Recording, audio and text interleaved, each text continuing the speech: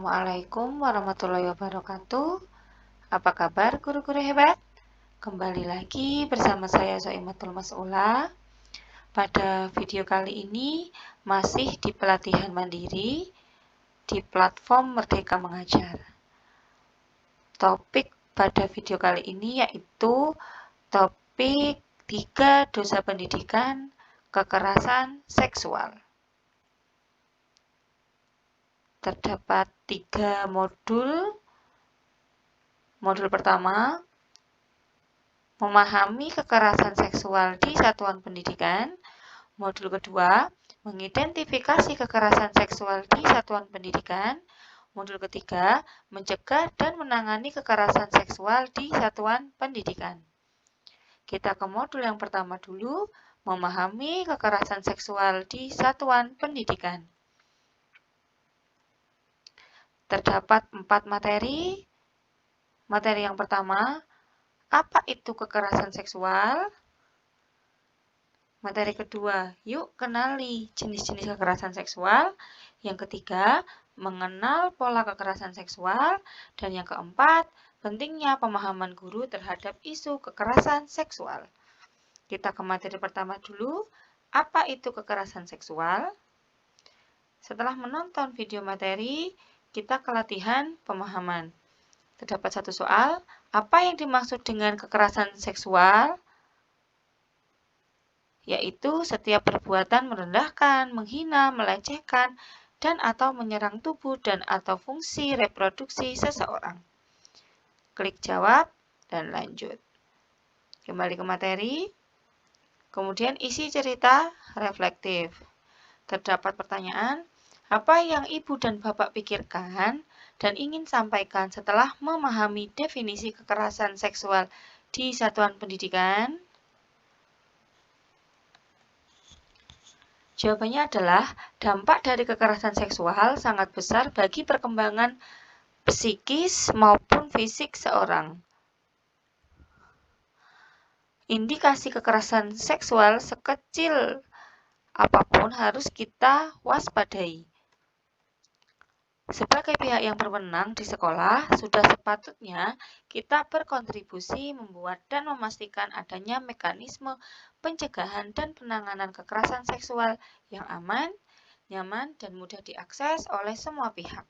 Hal itu dilakukan sebagai upaya menciptakan sekolah yang merdeka dari kekerasan seksual. Kemudian klik simpan.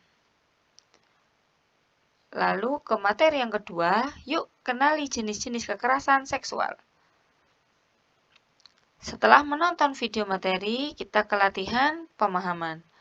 Terdapat satu soal, mengirimkan tautan, foto, video yang mengarah pada konten seksual melalui aplikasi obrolan atau surel, termasuk jenis kekerasan seksual, yaitu A, daring.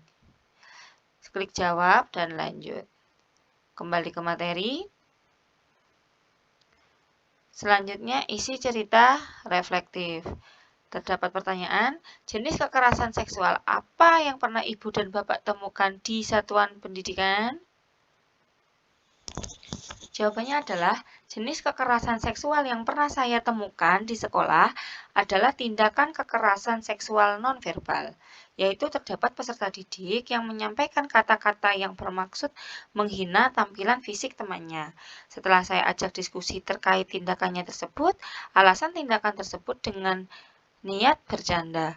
Upaya awal yang dilakukan pihak sekolah yaitu menanganinya dengan memberikan pengertian bahwa tindakan yang ia lakukan tidak baik dan membuat temannya atau korban merasa tidak nyaman. Kemudian klik simpan. Lalu ke materi yang ketiga, mengenal pola kekerasan seksual. Setelah menonton video materi, kita ke latihan pemahaman. Terdapat satu soal, menurut Billy Bragg and Linda Weiner dalam buku Sexual Harassment on Campus, salah satu pola kekerasan seksual yang sering terjadi dalam lingkungan pendidikan adalah pelaku memerankan diri sebagai, yaitu sosok ayah atau ibu. Klik jawab dan lanjut. Kembali ke materi. Kemudian isi cerita reflektif. Terdapat Pertanyaan, pola kekerasan seksual seperti apa yang pernah Ibu dan Bapak jumpai di satuan pendidikan?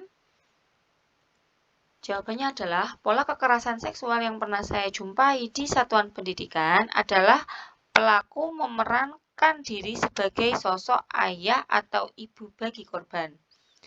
Hal ini biasanya dilakukan guru ke peserta didik. Tindakan yang dilakukan yaitu dengan memegang bagian tubuh korban, bahkan memeluknya. Kemudian, klik simpan. Selanjutnya, di materi keempat yaitu pentingnya pemahaman guru terhadap isu kekerasan seksual. Setelah menonton video materi, kita ke latihan pemahaman. Terdapat satu soal. Di bawah ini, alasan yang kurang tepat mengapa budaya menyalahkan korban atau victim blaming harus dijauhi adalah yaitu agar masyarakat mengembangkan sikap tenggang rasa dan saling percaya.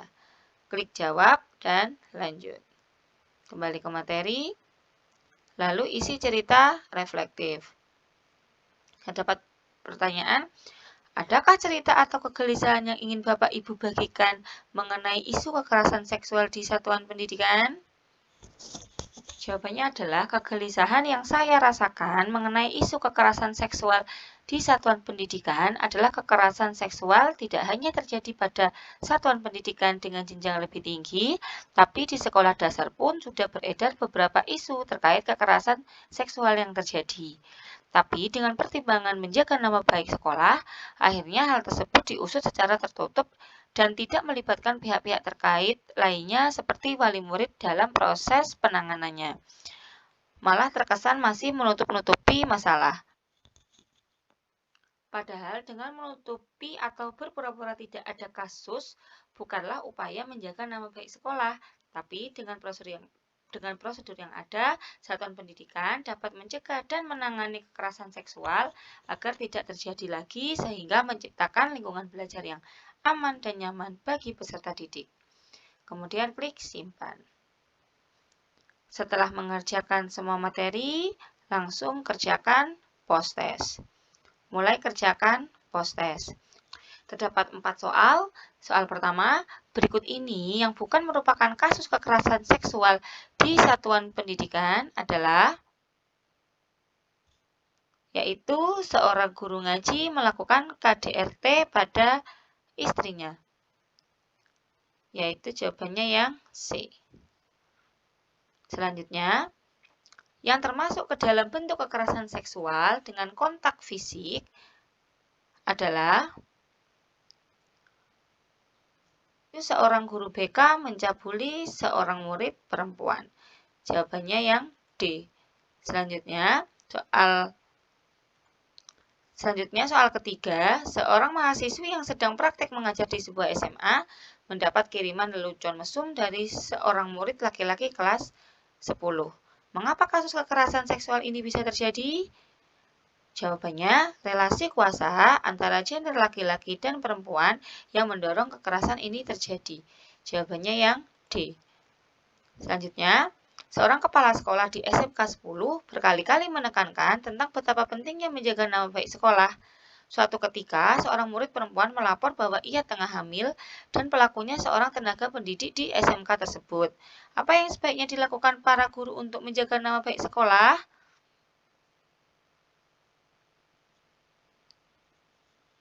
Yaitu berkomitmen menangani kasus kekerasan seksual sesuai prosedur, sesuai dengan kebutuhan korban, dan memberikan keadilan kepada korban. Jawabannya yang D. Kita cek ulang jawaban, kemudian klik kumpulkan. Terima kasih. Bapak Ibu guru hebat sudah menonton video ini sampai selesai. Semoga video kali ini bermanfaat.